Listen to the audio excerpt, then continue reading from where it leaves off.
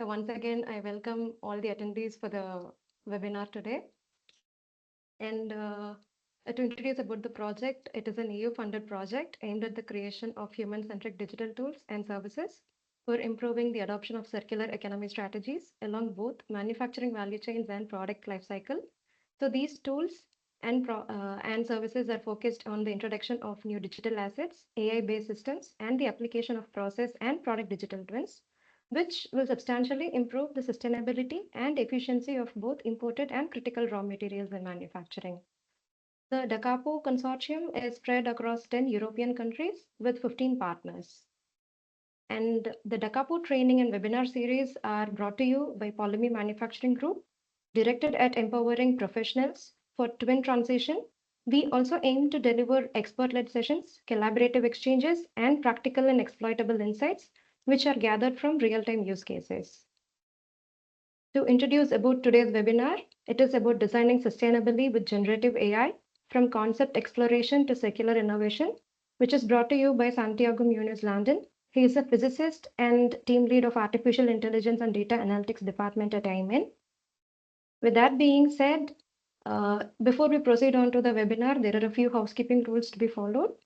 I encourage all the attendees to keep your microphones on mute and kindly use the chat box for comments and questions, and do use the raise hand function for interventions, if any. With that being said, I hand over the floor to my colleague, Santiago. Thank you for the introduction. Definitely, yeah. Hello, everyone.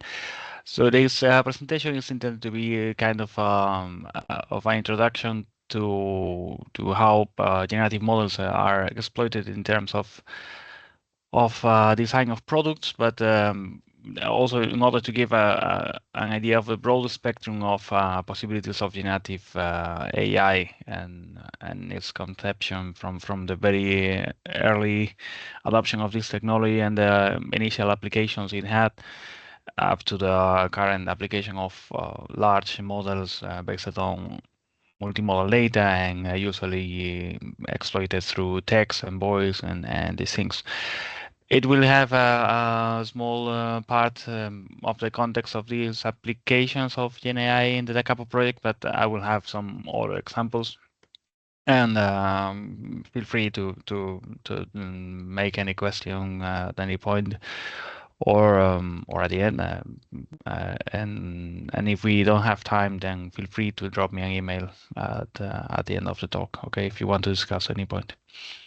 I hope you can see my screen, and I will start here. This is the outlook of the talk. First of all, I would like to make a very initial introduction to the applications of artificial intelligence in general, because it is a technology that is everywhere nowadays, and in some cases we don't perceive that, but well, that first part of the talk is intended to give that overview. And then the classic approach of generative AI, and followed by the application of generative AI for the design of products, on how it impacts, maybe not directly on the design of products, and also on the design of materials as a particular application that we work on at the IMN Technology Center that I work for. And also at the last point, a part dedicated to the language-based interaction, which is nowadays mediated by the application of generative AI. So in this first section of artificial intelligence, in short, then we can think deeply about the origin of artificial intelligence and look at the current status of this technology, and it's huge. From the very early reflections on cybernetics and these things on the 40s, up to the point where we are now after the development of technologies like the GPUs that enabled the training of algorithms with a very large amount of data. We started from a very let's say classic approach of AI in those days of cybernetics, like small logical agents, up to the point where we are of interacting with multi-agent systems, some dedicated to the extraction of information of different sources, and then the optimization of this structure of information and different paths in order to have a conversation with another agent that essentially extract this information and integrate everything in a common interface like the ChatGPT that we all play with these days. These are some sentences that tries to address the definition of artificial intelligence, the science and engineering of making intelligent machines are good at learning, understanding, and thinking in a logical way about things. And this is even a definition of AI given by AI. So their its own definition. Essentially, it's something that is able to manage a large amount of data, correlate that, and find some solutions for problems, or essentially through this correlation of data try to find some understanding or describe the path of information that later on we exploit. At the end, it exists because we have some problems that we want to solve in an automatic way, and that's what AI does. The current spectrum of applications of AI is huge, as you perceive every day. The applications based on the extraction of information from image is quite obvious. For instance, in healthcare, we analyze images of some parts of our bodies in order to identify some damaged regions in our organism. We also analyze image from cars in the roads. In order to extract information about the speed of the cars, the optimal distance between the cars, and so on and so forth. And even this information is extracted by other agents in order to drive the car in an autonomous way. But we have several applications of AI in e-commerce and robotics, education, automotive industry and finance, marketing, social media. It's huge how we correlate, how we get information that is correlated through AI in order to see the information we want to see more easily. In gaming, surveillance, so a huge amount of applications. I wanted to highlight some applications on the manufacturing sector, since we at IMEN Technology Center we work deeply on manufacturing. We use AI in order to detect damaged parts in the manufacturing of parts of automotion, for instance, to detect the position of these damaged parts and get some geometrical indicators of it. We also use artificial intelligence in order to detect the position of key elements in welding systems, for instance, like the torch, the wire, and even the variations, the geometrical variations of the melt pool in additive manufacturing process, but also in a welding process. We identify the defects like pores, and we can analyze time series in order to see with which probability we can prevent the emergence of a defect like a pore in a welding process. We also use AI in let's say biological systems in order to identify different agents like different types of bacteria in a bioreactor in order to see how much we can optimize the growth of bacteria that generates bioplastics. And we analyze also numerical signals. This time series analysis allows us to predict the emergence of some behavior that might be not desired, so we want to avoid that. And we can identify, first of all, these anomalies and prevent them, let's say. And through the use of AI, we also can design soft sensors, not just typical sensors that we have, but soft sensors in the sense of putting active matter into a bioreactor, for instance, like that bacteria is not a sensor per se, but extracting information from the behavior of biological stuff. We can infer information about the process. And the time series forecasting that can be applied to different contexts on manufacturing, but also in the quality control of water, and also the temperature control of different systems. And we use nowadays also AI, specifically generative AI, which is the topic today, for the design of products. It started some years ago by the application of algorithms like GANs, as you will see later. And nowadays it's much more complex. But GenAI enables the possibility of generating variations of an object that we have designed in order to see if these variations on the product drive improvement on the performance of that product, so that we have enhanced capabilities on the product design process through the use of AI nowadays.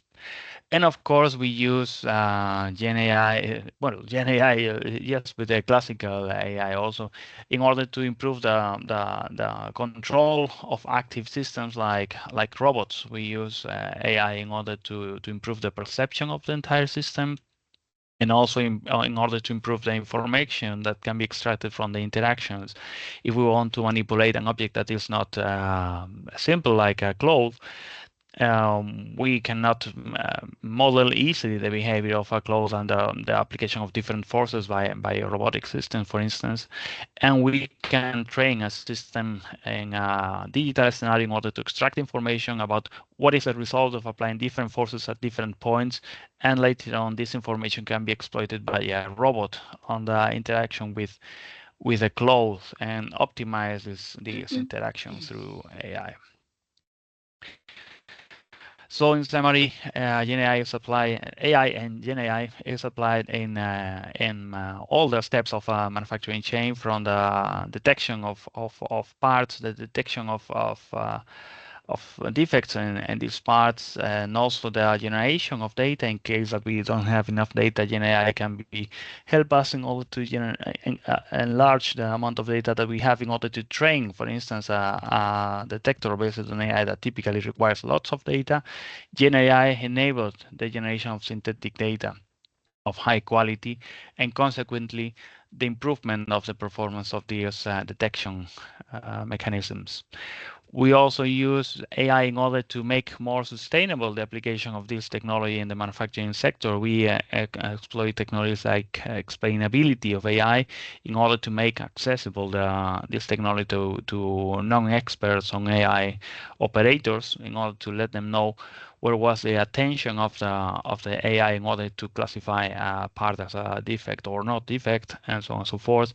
And we later on exploit what is called MLOps or active learning in order to make a feedback loop to make the AI to improve its own performance on its own by adding new data and improving the performance of the detection-based mechanisms or the generation-based mechanisms, and so on and so forth.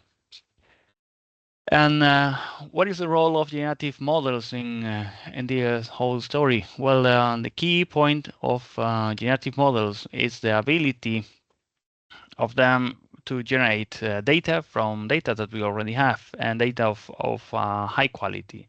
The lack of data is typically the most common problem that we face when we try to develop an AI solution. Since, for instance, in the defect detection mechanisms, the factories tend to manufacture the pieces with a low amount of defects, but they want to detect those defects. And typically, the classic machine learning methods based on image, they need lots of data. And if they don't have that amount of data, then the performance of a quality control algorithm based on neural networks, for instance, will not perform very well. But through the use of generative AI, we manage to generate more data like the data we have, and it's a different approach from the previous approaches where we have, for instance, a classification that learns from data how to separate the classes in the data you have in the data distributions.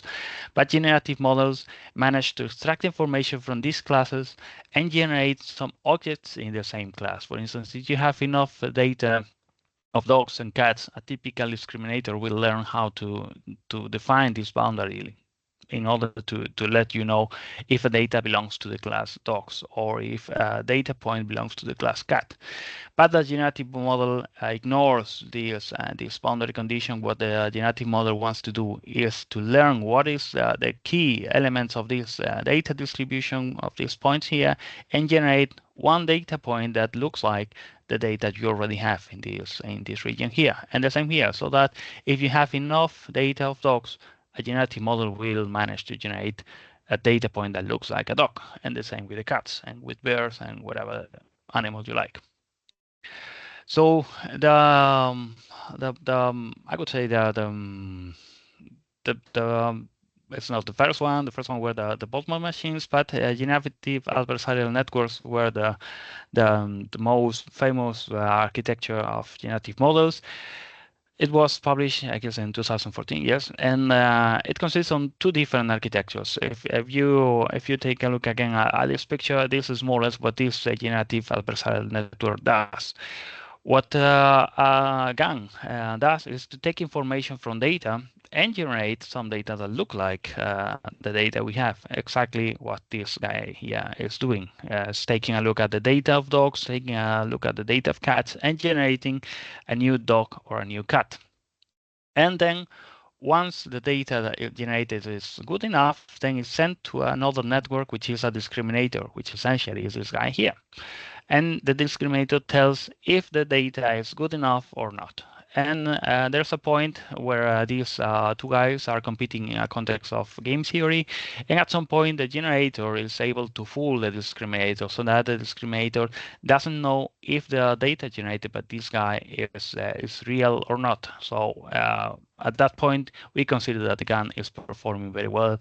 And we have a very powerful tool to generate synthetic images, for instance, like these faces here. If you put a GAN in Google, then you will see lots of faces and cats and dogs and crazy stuff. And we use that kind of architecture in order to train a system to generate synthetic data from cracks. For instance, this crack here is a typical defect on a automotion part, on a part of the cars that we drive every day. They have this type of cracks that are very tricky to detect, that they can be detected through a kind of complex process, like putting these pieces into a bath of magnetic nanoparticles, and these nanoparticles tend to accumulate in the discontinuity of the material like a crack. And if you illuminate these parts with the UV light and they shine, like you can see here. But as I said before, the manufacturers try to manufacture the piece with a low amount of cracks.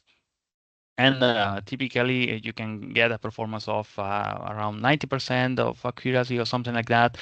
But using a GAN like the one you have seen before, you can generate more data that looks like the crack that you have in a real system, so that you can have more data in order to train your detection mechanism and improve that detection rate by some points percent. We also use the same approach of generating data from data, not just for image data. We also use that for table data, and this is what we do when we want to generate materials or discover some materials that are different from the materials we already have. And this is, of course, something of interest that is addressed in different research projects and addressed by different companies in the world. Because, for instance, the existence of high entropy alloys, which have a very large amount of elements on their composition, is kind of a revolution, I would say, because this kind of material have a very high, very good performance at high temperature and high pressure, and well, that's where we started playing around with these generative models for a generation of materials. If you think about the amount of combinations that you might have of elements in the periodic table, the possibilities is huge, and it's a perfect scenario for the application of artificial intelligence procedures, like the application of GAN, as we did here. We could consider of course we consider every day the conventional methods of trial and error of the development of a new material, but it implies a high cost and high time consuming, and this is typically it brings typically impact to the environment, because you have lots of experiments with lots of waste generation and so on and so forth, and you typically do not achieve the desired result on the first attempt, right? But if you use in the first instance AI in order to suggest possible candidate materials for a given application that you are saving cost. You are doing that in a more agile way, right? And for that, there's of course the tricky point of generating a data set for that. We can have a data set of cats and dogs in order to generate more cats and dogs, but to have a data set on materials is kind of a tricky thing, or is time-consuming part, which is something that we typically need to do in order to apply GenAI for the discovery of new materials. And we did that actually on the context of a European project called Achieve. We use a CT-GAN, learning not from images, but learning from tables containing the chemical composition of different alloys that have been studied in the past years, and some physical properties like the ones that you can see here. And once we have that data set, we trained exactly as in the case in cats and dogs, we trained a CT-GAN, a neural network that essentially extracts information from stoichiometry and physical properties and phases of these materials, generates a candidate material. This candidate material consists on a chemical composition in a set of physical properties, and the discriminator network tries to identify if the compound is real or a fake. And at a given point, the samples, I mean the candidate materials were good enough in order to send for some simulation procedures where we make a first assessment of the availability or the viability of manufacturing that kind of alloy. And once we have a very robust candidate material, we went to production in additive manufacturing, for instance. And here you can see two examples. One, a new alloy that is designed based on the criterion of a researcher, based only on the read of some papers. And this is the alloy created and manufactured, suggested by the AI. We can see a much better defined geometry on the sample, and no cracks in the middle, much more homogeneous microstructure, so on and so forth. So the application of genetic models to materials designs is a reality nowadays, using not just CT-GAN but also variation autoencoders, which essentially, you will see it later, it introduces variations in a latent space so that you are not generating from scratch. You have something and you apply some variations there in order to have a new item, and so on and so forth. And these have a huge applicability, not just on the design of new materials from scratch, but on the design of materials coming from scrap, not from scratch. And this we apply on two contexts. One, on the aluminum context, there's already a good network of gathering scrap from different qualities of aluminum. But the point is that you might want a given chemical composition from the aluminum-based alloy, or you might be interested in a given performance. So that we can use classic machine learning in order to do kind of a regression about what will be the chemical composition of the combination of different scraps according to the characterization of the different procedures of the scraps. And you can use generative AI also in order to generate a receipt of a given product for a given set of requirements for a product that is based on aluminum alloy. This generative AI can generate the receipt, can generate the amounts of the different scraps that you have available at that point with those requirements in terms of in cost. So generative AI is exploited nowadays in order to generate the amount of the different scraps that you should combine in order to achieve that performance. And we also use generative AI in order to produce not just a material. Material could be seen like a very first step, but we also use generative models also in order to create new products. We started working on this field on the context of Inedit project for the enhancement of design capabilities of a user in a social manufacturing framework. If you want just to have some automatic suggestions of designs of products, you can use AI for that. And nowadays we use a variation of the encoder for that, we created and we took also some open source data sets of furniture pieces. And using a variation autoencoder, what you can do is to compress this information of the different parts that you have in your data set. And once you have this information compressed in this so-called latent space, which is reduced from your initial one, then you can apply some variations, random variations in different directions of this latent space and decompress that information so that you have small variations of the original object that essentially is a variation of the original object and a new object, a new design. So in a question of seconds, vary in the different directions on that latent space, which typically, I mean, it's a dimensional reduction problem, but even reduced, it has around 250 dimensions. So you can vary proportionally different dimensions, and consequently you will have different objects and the outcome of the variation of color. You have automatic generator of furniture pieces that later on you can exploit as you wish. You can put them in a context of augmented reality in order to let a user choose what model fits better, and then also give to the user some indicators in terms of material consumption and energy consumption of that part of furniture that they want for their home, and let them make a sustainable choice. What is a chair I want based on the requirement I have, and then these chairs can be even printed by additive manufacturing.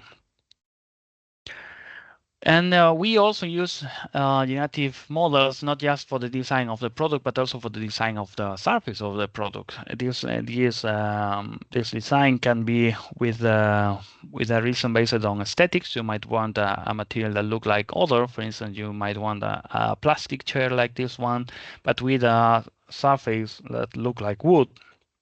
And we work in that direction. But you might want also a surface with a given physical property. You might want a surface that have some hydrophobicity or whatever. We work, for instance, in projects where the users want to improve the paintability of the surface and some hydrodynamical properties of the products, for instance.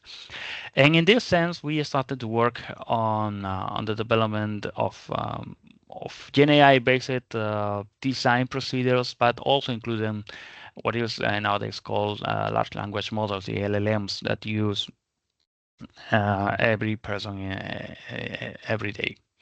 Well, not that much, but we use every day, like using GPT and so on and so forth. And these LLMs, how do they work? Essentially, an LLM is essentially an AI model that you interact with through prompts. You give some inputs directly to the model, and then the model makes an inference for you. So that you make a prompt, you give some sentence of what you want to the model, and this collection of words is tokenized, as it is said, and these tokens can be correlated later on with different classes that are defined through the training process of this large model. These classes can be articles, lyrics of songs, for instance, some images, quotes, and poems, and whatever.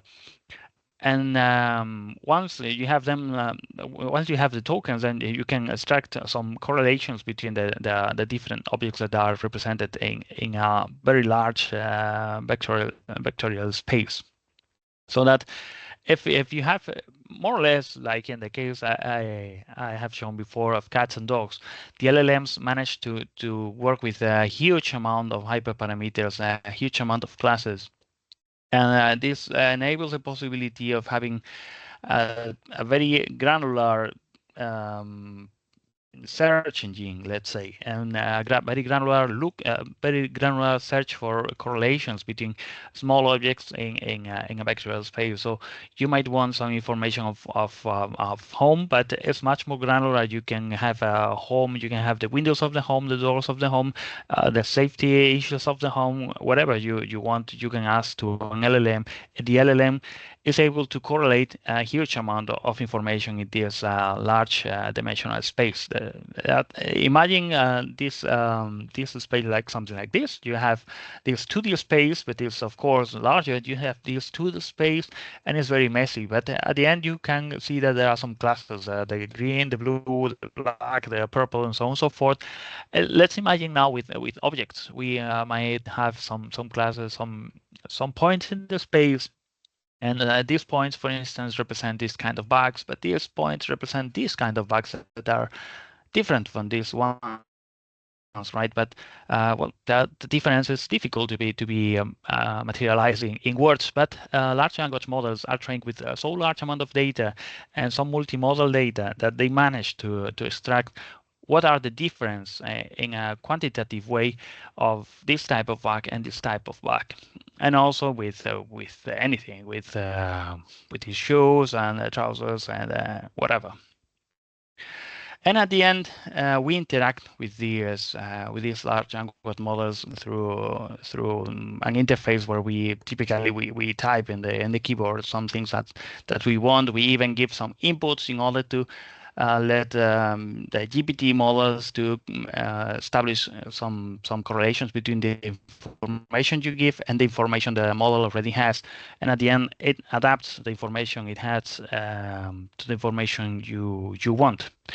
And the good, I mean, the amazing point of LLMs is that they could have, let's say, um, emergent behavior of like giving you some information that you don't expect, because they manage to find these links between different concepts that you don't expect in your prompt, and for sure you don't know before.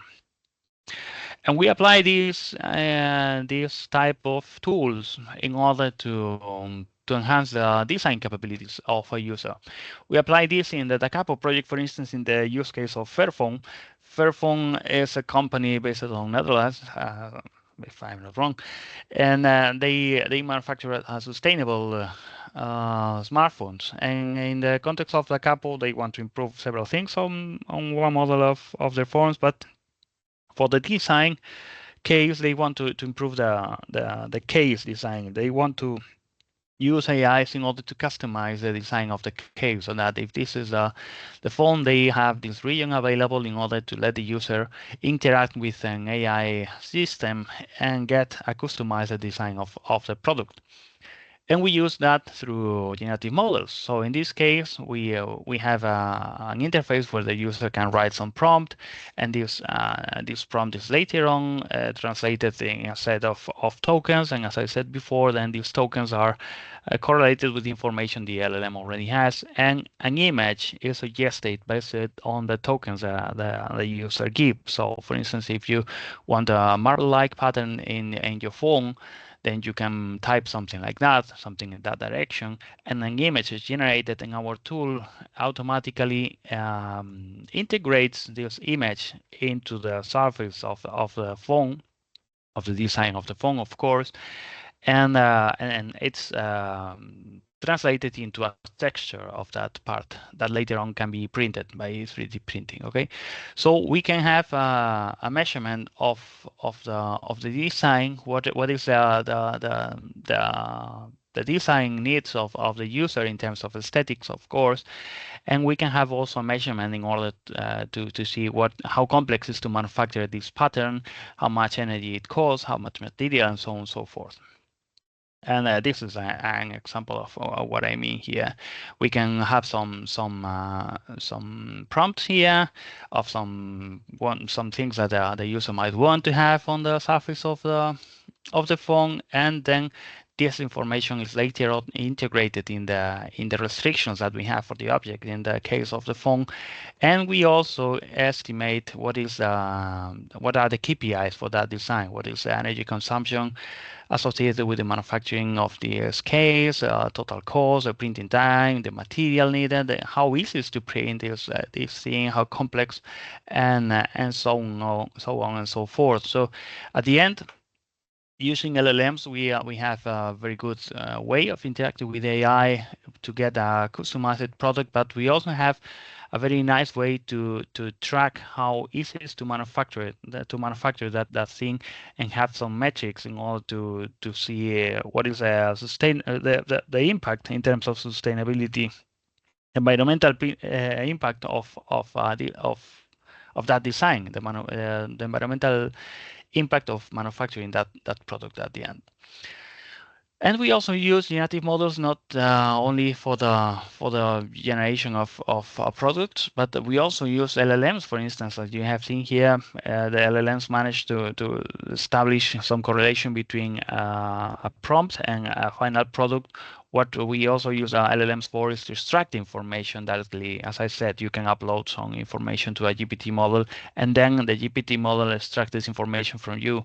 It typically costs a lot of time to manufacturers to get information from certificates in terms of materials that you have in a given part and so on and so forth.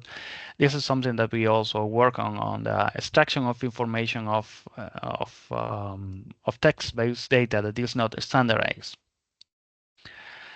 And there's a potential problem here when we work with these kind of systems that are based on language-based interaction, let's say. And it's a problem of ambiguity. If we interact with a system that is based on numbers and the information is clear, is very well quantified, if you want a robot to go to a given position, you can give directly the coordinates and the robot will go exactly there. But if you work with a system and you base this interaction between you and the system on language, the language is susceptible of suffering some ambiguity. You might be saying something that is not exactly what is understood by the agent at the end. So this is acceptable when the communication is between humans and you might have a spontaneous conversation, but when you have a conversation with a machine that might have a very potential in terms of damaging you, then it's not acceptable at all. And we want to more or less quantify well what is the level of ambiguity. Ambiguity, as an example, for instance, this sentence that can be understood if you have the right context, then what is the real meaning of this sentence that you saw someone on the hill with a telescope, or you saw something using a telescope on the hill, or maybe you were using a telescope and you saw someone using the telescope also on the hill, and you can have also very funny examples of what ambiguity can bring. But the main problem is that ambiguity is based on some inherent properties of language-based communication, that the message might be unclear, vague, and might be open to interpretation. While if you base your communication on numbers and it's clear, it's very concise. And this ambiguity can lead to confusion, misunderstanding, some conflicts, and miss some opportunities, of course. As I said, if you have a communication based on language between humans that we are spontaneous, we can see also our face and infer what is our based on the reaction of the person that you are telling something. You might detect that you are not transferring the messaging in the right way. But when you are talking to a machine, it's not that easy, right? And for instance, we started to work on this direction in the context of a project on circularity, a circular twine project that tries to enable the transition from linear manufacturing to circular manufacturing, meaning that from the classic manufacturing chain, like extracting raw materials, turning them into components, and then into products that are assembled, distributed, and then used, and then they go to the end of life. We want to have some tools in order to, once the product is used at the end of life of this product, we collect them and we take the decision of recondition this product or disassembly this product for recycling. We work on different tools based on AI and collaborative robotics, like image-based detection of the status of the different parts of a PC in the context where we work here. We in this project in Circular Twine, we work on 3 different use cases: the electronic use case we pilot, and also the petrochemical sector and battery sector. And as I was saying, we can also implement collaborative robotics in order to improve the disassembly of a product for the optimal recycling of that product, and later on extract the maximum value from a disassembled object. And this transition from linear to circular is based on different tools that you have seen before. First of all, we need to identify the parts. We need to establish a plan based on the status of the parts in order to disassembly them, and then we need to disassembly them properly with a collaborative robotics approach. And typically, there's a lack of data for that, and there's a lack of plan definition because of the variability of the data we have. And this is a typical problem if you want to have to automatize a task like this, and you will need lots of data in order to make general knowledge and exploit it.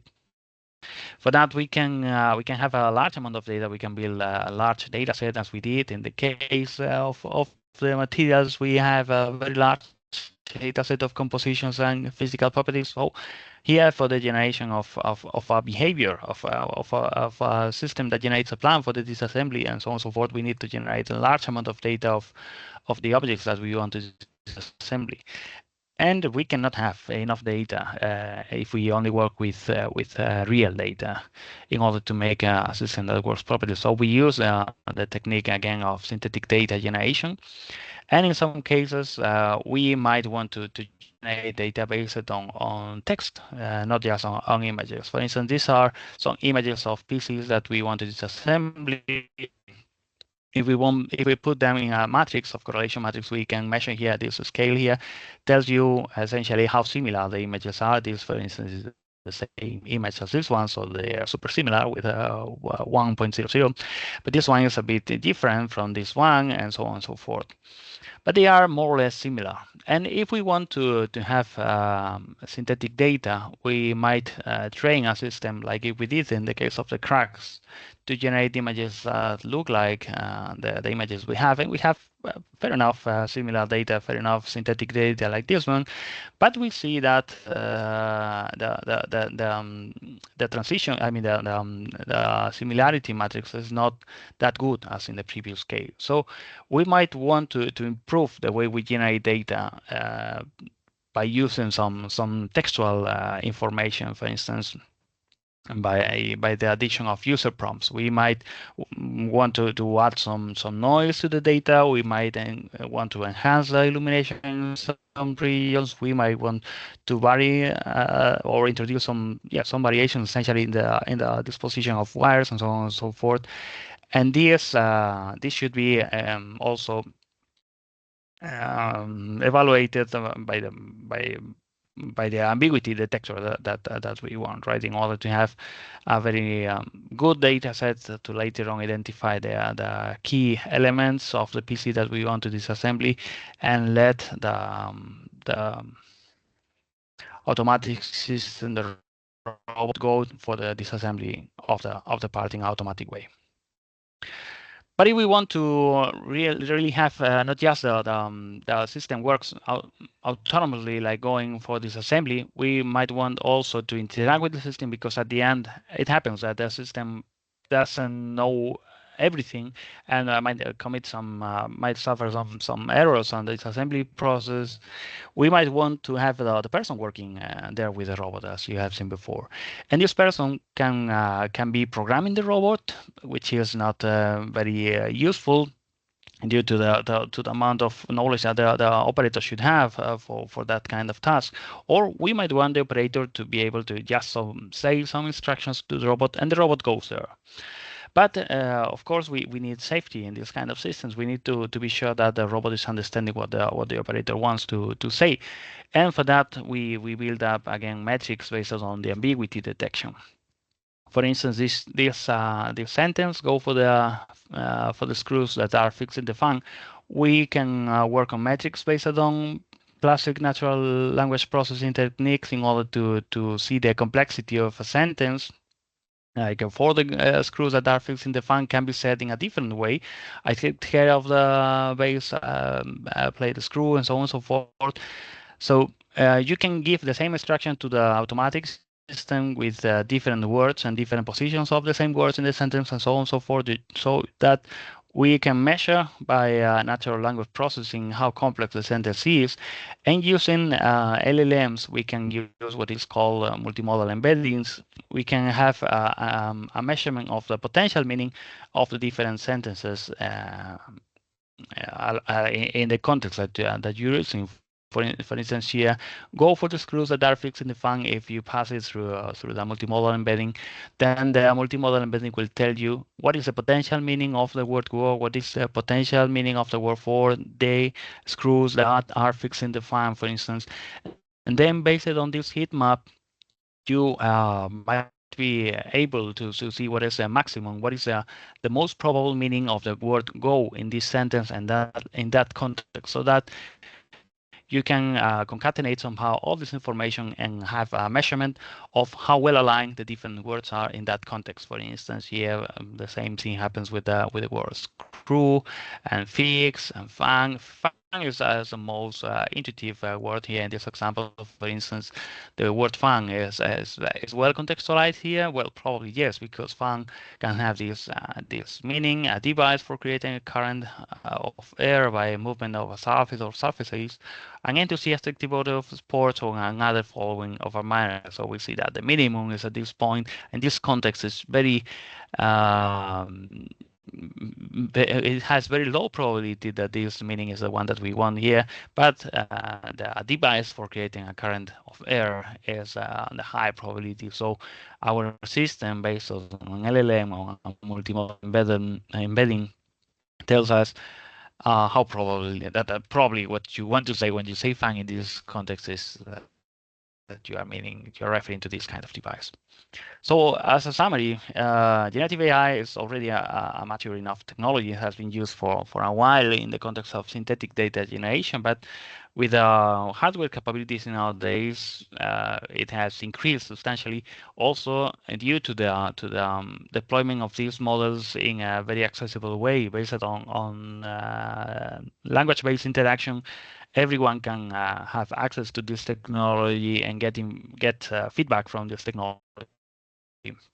It also needs the definition of reliable metrics, because at the end they suffer what is called the hallucination, and they suffer of what I have highlighted here. They suffer of ambiguity at the end. The consequences of ambiguity in the language-based interaction, they are not dramatic if you are just chatting with a chatbot, but they are dramatic if you base a system on language-based interaction and you do not have a measurement of the common understanding between you and the object that reacts to that instruction, right? And the key capabilities of generative AI is the content generation, the ability of generalization of defining a feature of generative AI lies its ability of autonomously generate high quality context aware content across various formats. So if you ask for information to generative AI, which is trained in the proper context, then you will have lots of data in a question of seconds of high quality, so that this has a strong impact in the in another tool that you might have based on the data that you generate with this generative AI. And as I said, the large models and the power of generalization is something that triggered the huge use of AI nowadays.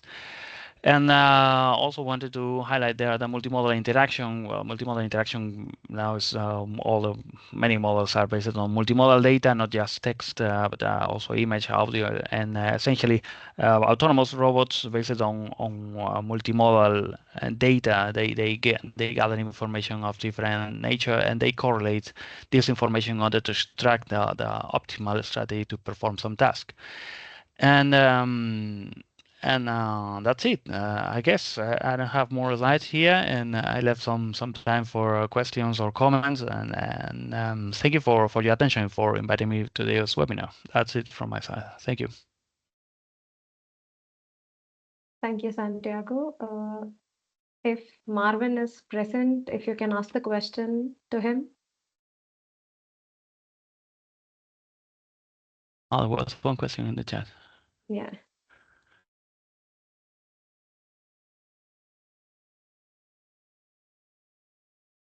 How do you deal with the ethical and legal aspects of AI when it is generating similar results due to prompts that have a high probability of multiplication and might result in plagiarism and intellectual property infringement and lead to lawsuits claiming copyright?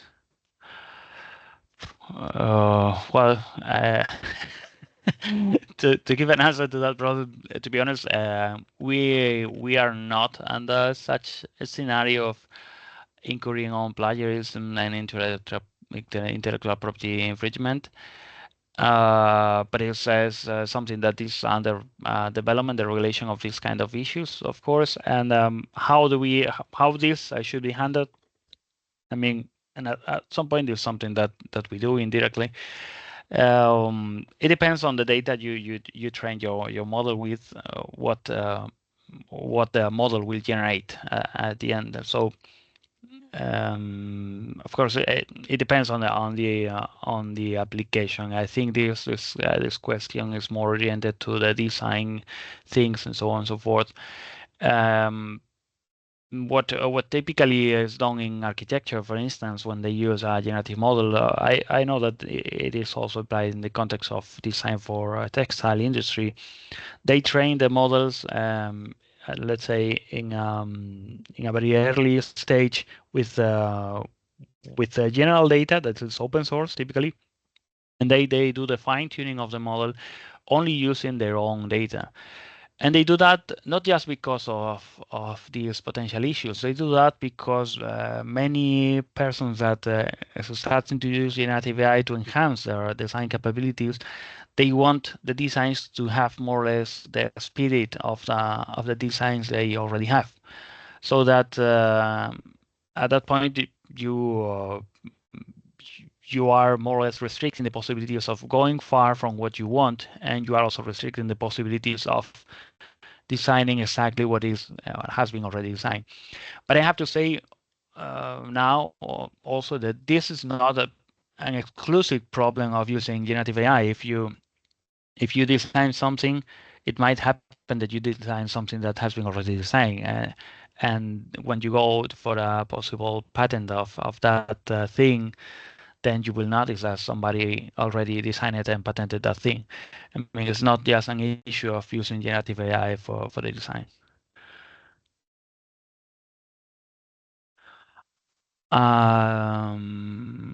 Okay, he has to leave.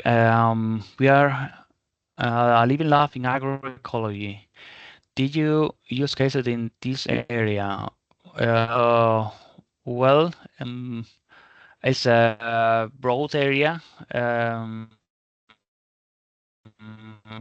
not particularly expert on that, but I know that for sure in agricultural sector, typically for quality control systems, they are based on image in some cases. And of course, this is susceptible of the application of GenAI for the generation of data that you use in order to improve that detection mechanisms, for instance. And I, to be honest, personally, I see particularly interesting on biological systems, because what is cool from biological systems and in general very self-emerging systems is that you cannot predict them properly. I mean, you can have some models, but you will always have some noise that you cannot fully predict. And I mean, it's particularly good to generate synthetic data in these cases. And you can, of course, restrict the variations of the data you generate and so on and so forth. So, yes, for sure. Thank you.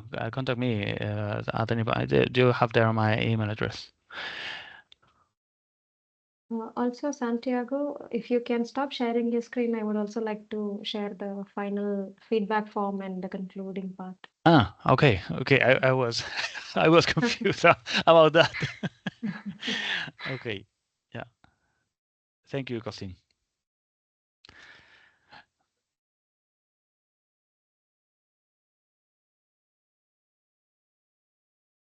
Okay, I guess there are no more questions or comments. There is one again from the chat from Marvin. Okay.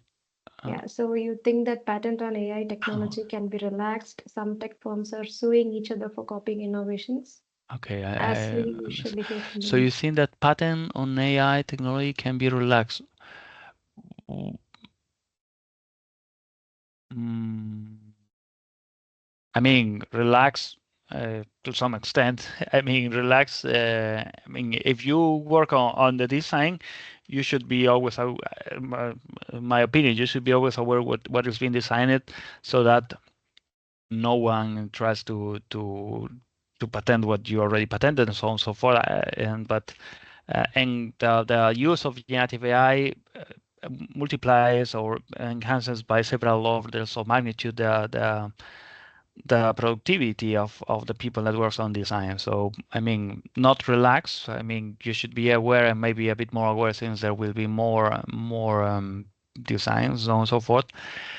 Uh, but I mean, some cases I see the people tends to say that GenAI is gonna and break the market of design and so on and so forth. It's probably gonna break the market of design in terms of productivity of the designers for now, but it's not gonna break it in terms of stealing the property of anyone, because at the end the laws will be there in order to protect the property of a design as it has been done before. And I don't know exactly how will it be handled by regulations, by regulation bodies, but at some point it probably will be needed the regulation on the data you use to train your algorithms. I mean, if you use a data set that is yours, then it's clear. But if you use open source data set or something like that, they I don't know. There should be some way of looking at how similar the data was in order to extract the final product from your model and so on and so forth. I don't know. Probably the property will be extended not just to the owners of the product, but also to the owners of the data set that has been used to create that product and so on and so forth. Um, to be honest, I don't know. It's just speculation what I'm saying here. But as I said, the intellectual property was a problem before. There were a huge amount of legal conflicts between companies that patented something that was already patented by other company. It will happen more now because there will be enhanced capabilities of designing things. I think.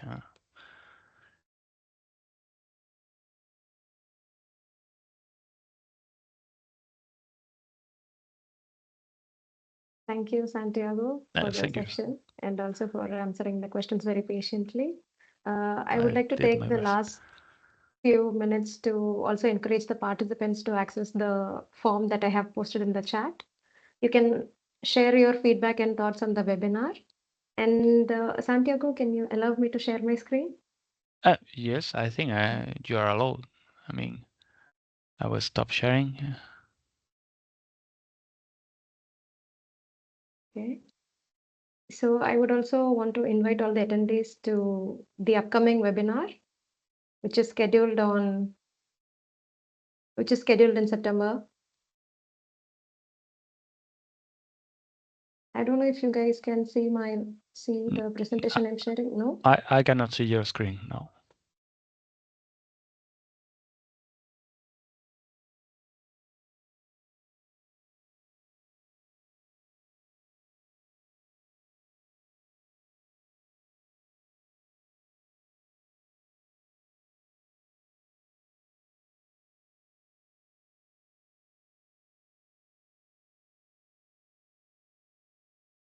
Maybe now.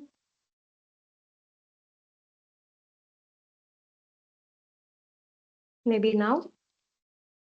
Yes. Yes, now yes. Yeah. So I encourage all the participants to also take a few minutes to give us the feedback on the form. I have posted the link to the form on the chat as well. And to conclude, the next in the Kappa webinar series will be about getting ready for the digital product passport. first step for the companies, which will be again taking place on the 17th of September. And you all already have the tickets available at the Eventbrite page. And once again, I thank you all for attending this webinar. Hopefully you had a nice session today. Thank you. Thank you. Have a nice weekend. Thank you. Bye. Bye bye.